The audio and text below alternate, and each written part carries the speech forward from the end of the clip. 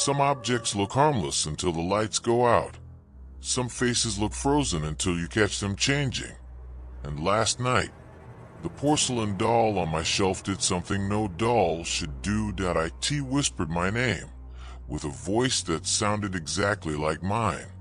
It started around 1:47 a.m. I was half asleep, scrolling my phone, when I heard something faint behind me, a soft, breathy whisper. "Hey!" I froze. It sounded close. Too close, like someone was leaning over my shoulder. But when I turned around, there was no one, just my bookshelf, and the porcelain doll my aunt gave me years ago. The one with a cracked cheek and eyes too glossy to feel real. I told myself I was imagining things, but then it whispered again, this time clearer. "Look at me." I dropped my phone. The voice hadn't come from behind me. It came from the doll. I stood up slowly, my legs trembling. The doll hadn't moved, but its expression had. Its smile was slightly wider, just enough to notice. Its cracked cheek looked deeper, like the crack had grown, splitting open into something that resembled a second mouth. I blinked, and the eyes shifted. Not a lot, just enough to look directly at me. Glass eyes aren't supposed to move like that. Not smoothly, not naturally. I backed toward the door, but the air grew heavy, still, as if the room was holding its breath. Then I heard it, the faint sound of porcelain grinding, like something inside the doll was moving, twisting, turning. Try to stand. I didn't wait. I ran out and slammed the door shut. I returned at dawn.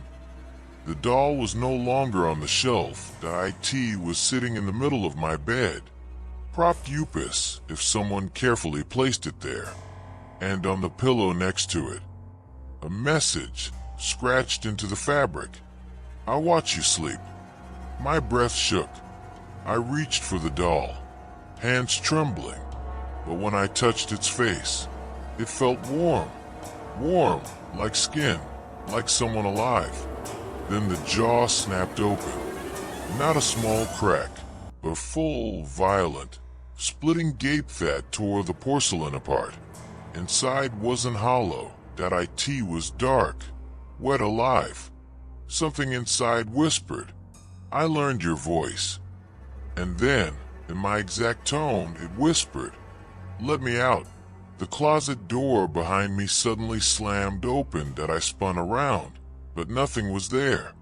When I looked back at the bed, the doll was gone. I searched everywhere, under the bed, inside the closet, behind furniture. Nothing. Hours passed. Then I checked the camera in my room, the one I set up for security months ago. The recording showed me asleep, motionless in bed. Then slowly, the doll crawled up from the foot of my bed. Not walking, crawling, its limbs bending backwards at impossible angles. It placed its porcelain face right beside mine, its jaw opening and closing like a broken puppet. Then, in a quiet, shaking whisper, it said, "I want your face." The video ended with static. My heart pounded as I looked up and froze. My bedroom mirror had fog on it. Something written with tiny fingerprints. "Trade with me." Behind my reflection, a porcelain figure stood perfectly still, its cracked smile inches from my neck. Slow inhale behind the listener, followed by a voice whispering in your voice, "Don't turn around."